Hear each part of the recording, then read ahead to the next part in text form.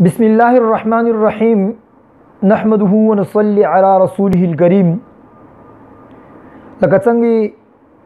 تاسو مو مسلسل په دې خبرې باندې لګیایو د تقلید مسلې کې څو مخکې ویډیو کې مو تقلید د قرآني دو آیتونو الحمدلله ثابت کړلو. اوس هم نن څه د موږ بیان کوو هغه د قرآن پاک ارشاد نه صدریام آیات ته فلولا نفر من كل فرقة منهم طائفة ليتفقهوا في الدين ولينذروا قومهم إذا رجعوا إليهم لعلهم يحذرون. سورة توبہ آیت نمبر 123 فرمایي څه ویلې نروزي یو لوی جماعت نه یو داسې جماعت څه هغه په خلکو دپاره یعنی دغه خلک په دین کې پوهه حاصله کړي او دې دپاره چې د کوم خلک وتلی دي دا څه کله خپل قوم ته واپس رسي نو هغو ته څه وښیي هغو وډر کړي او د الله پاک نافرمانۍ نه باد شي. نو په دې آیات کې الله جل شانه دا وفرمایلو چې یو جماعت ته هغه جماعت نه یو وړوکه جماعت داسې ویلي نه راوځي چې دا خلک دین کې پوهه حاصله کړي او چې د کوم خلک جهاد ته وتلي دا څه کله راپس کېږي نو دا دین کې کوم پوهه حاصلوي یعنی علما دا خپل خلک هوښیار کړي پوه کړي او دا خلک چې د الله پاک نافرمانۍ نه باد شي. دې آیات کې د دې خبرې تایید وکړل شو چې مسلمانانو کې ټول افراد دا د جهاد په کارونو کې به نه مشغولیږي بلکې یو جماعت په دغو کې داسې پکار ده چې هغو شپه او ورځ د دین سمج تفقه څه وتلی شي هغه حاصلولو دپاره وقف کړي او خپل نوسته پوسته دا علم جوړ کړي. دې لپاره چې د کوم جماعت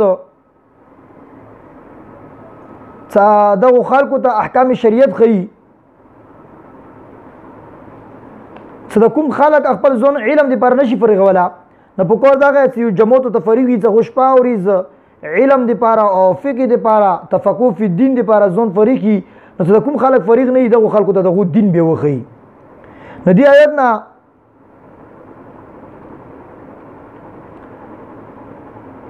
دا معلومه شوله چې علم دپاره یو مخصوص جماعت باندې دا لازمه ده چې هغه د نورو خلکو ته د شریعت احکام وښیي او نورو خلکو دپاره دا خبره ضروري کړله شوله چې هغو د دغو علماو خیلی شوي خبرو باندې عمل وکړي نه په اندان عمره به دغو د الله تعالی نه فرمانۍ نه به محفوظ وي او د اندې شي نه ما تقلید ده. یعنی الله جل شانه ځکه قرآن پاک آیات کې وفرمایلو چې دغه جماعت نه چې د کوم خلک جهاد ته ځي دین یو جماعت په کور دغه د لازمه چې هغو دین کې پوهه حاصله کړي علم حاصل کړي شپه ورځ باندې کې لګوي او دا خلک څه کله راپس کېږي چې د علم حاصلولو موقع ورته نشته دا خلک هغو ته څه وښیي او هغو په هغه باندې عمل وکړي نه هغو خلکو ته یې ویلو چې تاسو دغه خبره منئ او دغو ته یې څه ویلو چې تاسو دین کې پوهه حاصله کړئ دې ته تقلید ویلی شي. نو امام ابو بکر جساس رحمت الله علیه دې آیات کې فرمایي چې الله تعالی عامو خلکو باندې واجبه کړي چې کله علما هغو ته د شریعت احکام ښیي او پیوي دې دپاره چې د هغو د الله پاک نافرمانۍ نه باد شي نو پکار دا چې دغو د علماو خبره مني. احکام القرآن للجساس رحمت الله علیه جلد 2 صفحه نمبر 262 باندې دا لیکلي دي. او څلورم آیات فاسألوا اهل الذکر ان کنتم لا تعلمون سوره نحل 43 نمبر آیات ته اندانو نه سوره انبیاء آیات هم ده څکه چې تاسو ته علم نه وي تاسو اهل ذکر نه به تپوس کوئ. دې آیات کې دا اصولي هدایت مو ته راکړل شو چې کومو خلکو ته څه علم او د فن ماهر نه وي هغو ته پکار دغه ده چې هغو د علم او د فن ماهرینو نه تپوس کوي او عمل نه کوي او همدې شي ته تقلید ویلی شي. علامه آلوسی رحمت الله علیه په روح المعانی کې جلد نمبر 4 صفحه نمبر 148 سوره نحل کې لیکلي دي هغه دې آیات کې لیکي چې په دې خبرې دې آیات نه دې خبرې هغه استدلال کوي چې د کوم شي علم په خپله باندې تاسو نه وي په دې کې تاسو علماو ته رجوع کې دا واجب دي اور علامہ جلال الدین سیوطی رحمۃ اللہ په اکلیل کې لیکي صدی آیات نه دا خبرې باندې استدلال کول شي عام خلکو د لپاره په فروع او مسائلو کې تقلید جایز ده هغه تقلید کول شي دی باندې بعض حضرات دا شوبه کړی دا یعنی یو قسم ته شک ورنه کړه شوبه کړه صدا آیات خو یو خاص موضوع کې دی وو خاص موضوع په باره کې دا او هغه دا چې مشرکین مکه د پیغمبر صلی الله علیه وسلم د رسالت انکار کولو او دا ویلو چې عربو موته فرشتہ ویلی نه رسوله څنګه غیر ته پیغمبر جوړ کړه ندی آیات کې الله جل شانو یعنی دی په جواب کې الله پاک دا آیات نازل کړو څنګه پورا الفاظ دي وما ارسلنا من قبلك الا رجالا نوحي اليهم فاسالوا اهل الذكر ان كنتم لا تعلمون امو تاسو نه مکه هم سړی رسولیو پیغمبرانو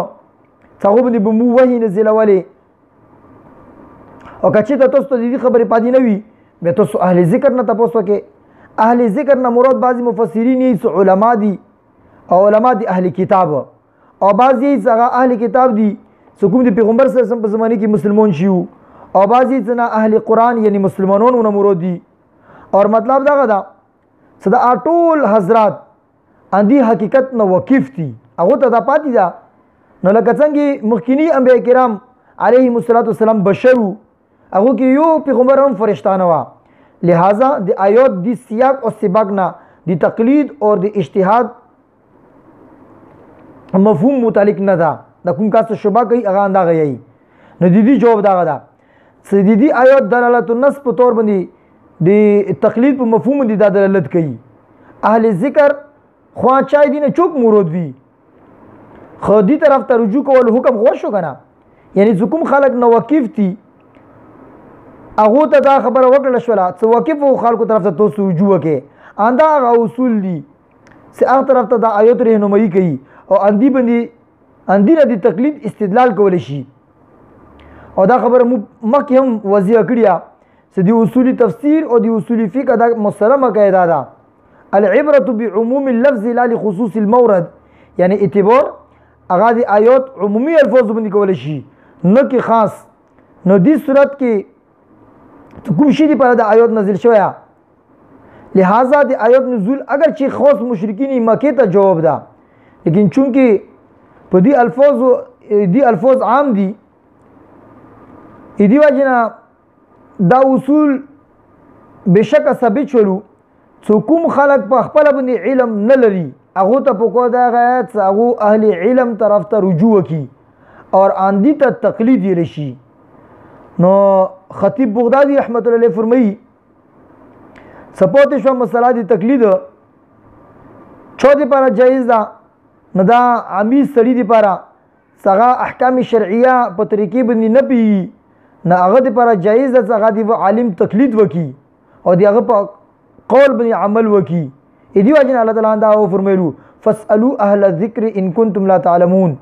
او دینه بعد خطیب بغدادی رحمت الله علیه په خپل سند سره د حضرت عمرو بن قیس رحمت الله قول نقل کړیا او د دې آیات په باره کې فرمایلی چې اهل ذکر نه مراد هغه اهل علم دي الفقيه والمتفقه للخطيب بغدادي رحمهم الله جلد 2 صفحه نمبر 68 مطبوع دار الافتاء سعودی ریاض 1389 هجری بهرحال دغه آیتونه معلوم شروع چې تقلید دا یو ضروری اهمه مسله ده په هغه مسلو کې څوک مسلو کې قرآن پاک صفو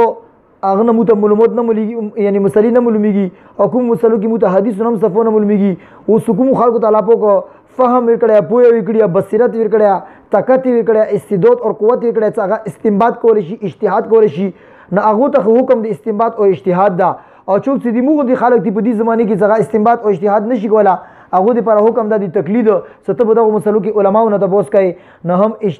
اجتهاد اور استنباط ثابت شول د قرآن پاک دغه ایتونه اور هم تقلید دغه قرآن پاک ایتونه ثابت شول صدا کوم اهل حدیث اعتراض کوي چې مو صرف اور قرآن اور حدیث منو نو قرآن حدیث مو منو څه کوم ځکه صفه وګدلی هغه صرف قرآن اور حدیث دا ازو کې اجتهاد د تقلید او د قیاس سارا ضرورت نشته خو څه کوم ځکه مسلې صفو صفو نه دی بیان شوي ازو کې اجتهاد ته هم ضرورت شته د استنباط ته هم ضرورت شته د تقلید ته هم ضرورت شته الله تعالی د مو تاسو په دې باندې پوهه هم نصیب کی سمجھ هم نصیب کی واخر دعوانا ان الحمد لله رب العالمین برحمتک یا ارحم الراحمین.